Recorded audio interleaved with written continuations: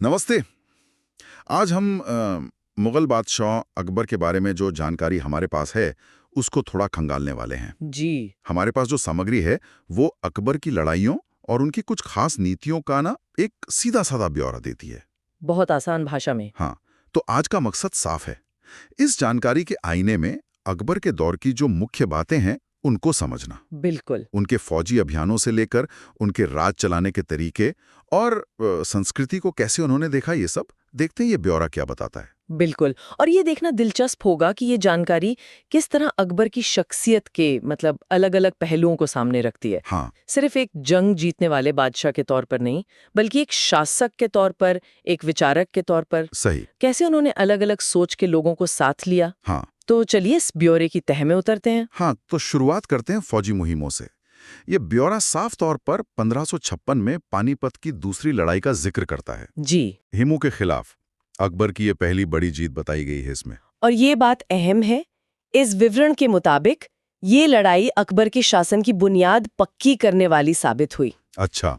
आप सोचिए, सिर्फ 13 साल की उम्र, तख्त पर बैठना और फिर इतनी बड़ी जंग जीतना। हाँ, ये तो है। तो ये जो जानकारी है ये इशारा करती है कि इस जीत ने यकीनन उस छोटी उम्र के बादशाह का दबदबा कायम करने में बड़ा रोल निभाया होगा। पानीपत के बाद ये जानकारी बताती है कि अकबर ने अपने साम्राज्य को काफी फैलाया। हाँ, काफी विस्तार। इसमें गुजरात, बंगाल, राजस्थान का भी जिक्र है, चित्तौड़ का खास तौर पर, और यहाँ तक कि दक्षिण में दक्कन तक। बिल्कुल। ये जो फैलाव की तस्वीर ये विवरण पेश करता है वो सिर्फ जमीन जीतने की कहानी नहीं लगता।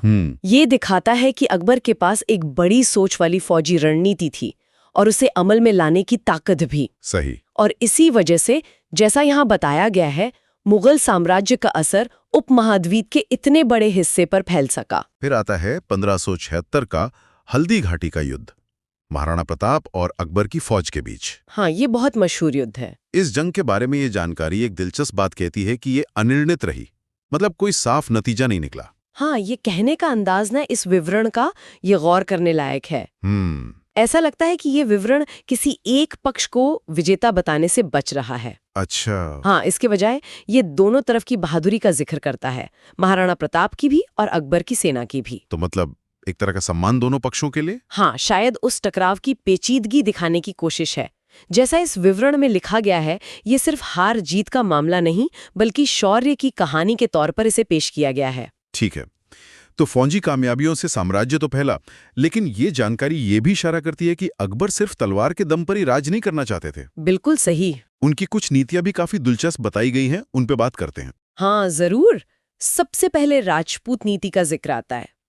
इसके जरिए बताया गया है कि अकबर ने कई राजपूत राजाओं से दोस्ती का हाथ बढ़ाया। ये कूटनीति थी मतलब? ये महज फौजी चाल नहीं लगती इस विवरण के हिसाब से, बल्कि एक सोचा समझा कूटनीतिक कदम था। अच्छा। और इस नीति ने, जैसा लगता है, सल्तनत को स्थिरता देने में मदद की होगी, क्योंकि जो ताकतें दुश्मन बन सकती थीं, वो साथी बन गई। बिल्कुल, वो साथी बन गई। हाँ, और ये दोस्ती सिर्फ नाम की नहीं रही होगी, इससे साम्राज्य को फौजी ताकत भी मिली होगी शायद। हाँ, अक्सर ऐसा होता है ऐसी संधियों में। आगे बढ़ते हैं तो टोडरमल की दहसाला पद्धति का जिक्र है। हाँ, दहसाला सिस्टम। ये एक बड़ा प्रशासनिक सुधार था, जैसा ये विवरण बताता है। जमीन से जुड़ा हुआ? हाँ, जमीन से जुड़ा हुआ, लगान वसूलने का एक तरीका। और इस जानकारी के मुताबिक इसका खास मकसद था किसानों को राहत देना। अच्छा, किसानों को राहत? जी। टोडरमल, जो अकबर के वित्त मंत्री थे, ये उनके दिमाग की उपज थी प्रणाली। ये बात दिखाती थी अकबर का ध्यान सिर्फ जंग और इलाके बढ़ाने पर ही नहीं था, हाँ। बल्कि राजकाज को बेहतर बनाने और आम लोगों की भलाई पर भी था। हाँ। कम से कम ये विवरण तो यही तस्वीर पेश करता है। सही कहा। किसानों के लिए एक व्यवस्थित और शायद पहले से ज्यादा अंदाजा लगाने लायक सिस्टम लाने की कोशिश रही होगी। हाँ, और शायद हुकूमत के लिए भी लगान इकट्ठा करना आसान हुआ हो सकता है। इसके बाद जिक्र आता है सुलह कुल की नीति का। सुलह कुल यानी सबसे अमन या सबके साथ शांति। सबके साथ शांति। विवरण इसे एक ऐसी पॉलिसी के तौर पर दिखाता है जिसके तहत सभी मजहबों को बराबर इज्जत दी गई। ये तो बड़ी बात है उस जमाने के हिसाब से। बिल्कुल। ये अकबर की धार्मिक सहनशीलता और अलग अलग समुदायों को साथ लाने की उनकी कोशिश को उजागर करता है। ये विवरण इसे अकबर के राज की एक खास पहचान बता रहा है। और इसी सोच को आगे बढ़ाते हुए इबादत खाना का जिक्र मिलता है। ये क्या था इबादत खाना? इबादत खाना यानी पूजा या प्रार्थना की जगह। पर इस विवरण के मुताबिक ये सिर्फ पूजा की जगह नहीं थी।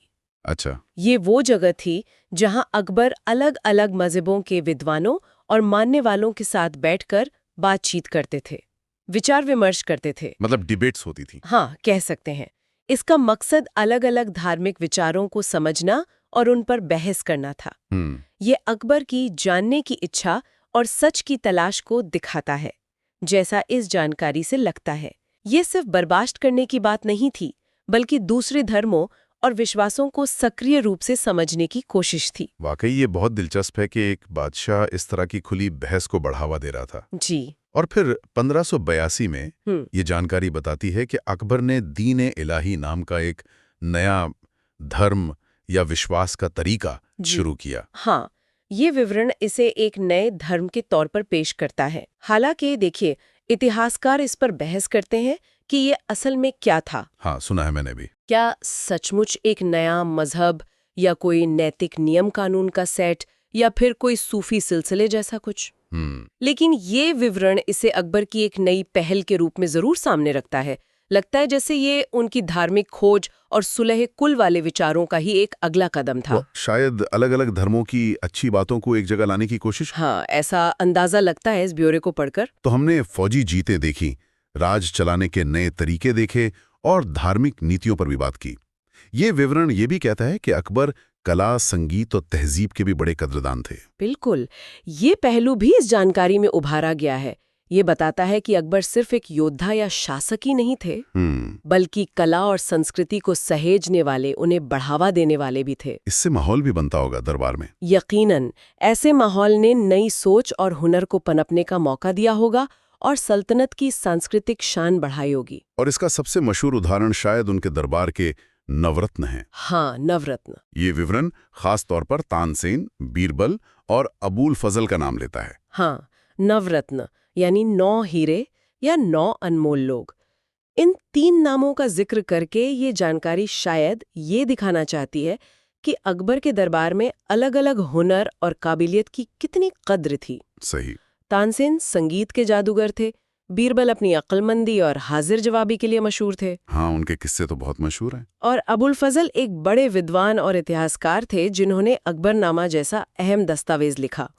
इन लोगों का दरबार में होना दिखाता है कि अकबर दिमागी और कलात्मक बुलंदी को अहमियत देते थे और उसे आगे बढ़ाते थे। तो अगर हम इस ब्यौरे में दी गई सारी बातों को एक साथ रखकर देखें, फौजी कामयाबियां, शासन में नए सुधार, धार्मिक मेलजोल की नीतियां और कला संस्कृति को सहारा देना, हाँ, तो अकबर की एक काफी मुकम्मल तस्वीर उभरती है ना? बिल्कुल सही।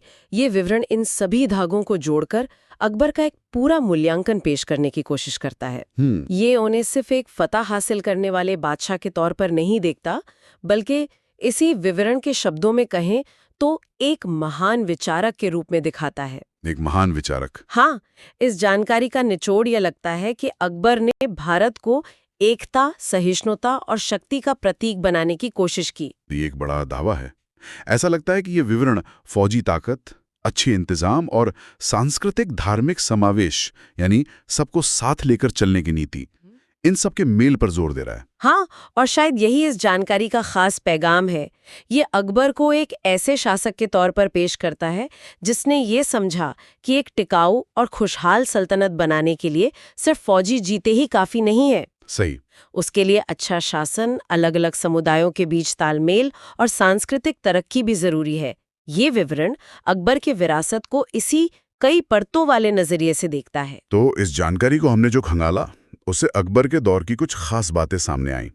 1556 में पानीपत की वो अहम जीत, जी, हल्दी घाटी जैसी बड़ी लड़ाइयां और गुजरात से लेकर दक्कन तक साम्राज्य का फैलाव। हाँ, हमने उनकी राजपूत नीति, किसानों के लिए 10 साला सिस्टम और मजहबी भाईचारे वाली सुलह कुल नीति पर भी गौर किया। बिल्कुल। साथ ही इबादत खाने में होने वाली वो मजहबी बहसें, दीने इलाही की शुरुआत, हाँ, और तानसेन और बीरबल जैसे नवरत्नों के जरिए कला संस्कृति को उनका समर्थन भी इस विवरण में अहमियत रखता है। निश्चित रूप से ये विवरण अकबर की एक ऐसी छवि बनाता है जहां वो सिर्फ एक विजेता बादशाह ही नहीं, बल्कि एक ऐसे विचारक भी हैं जिन्होंने इस विवरण के मुताबिक भारत को एकता, सहनशीलता और ताकत की मिसाल बनाने की कोशिश की। हाँ, ये सोच के एक हुक्मरान फौजी ताकत के साथ साथ सबको साथ लेकर चल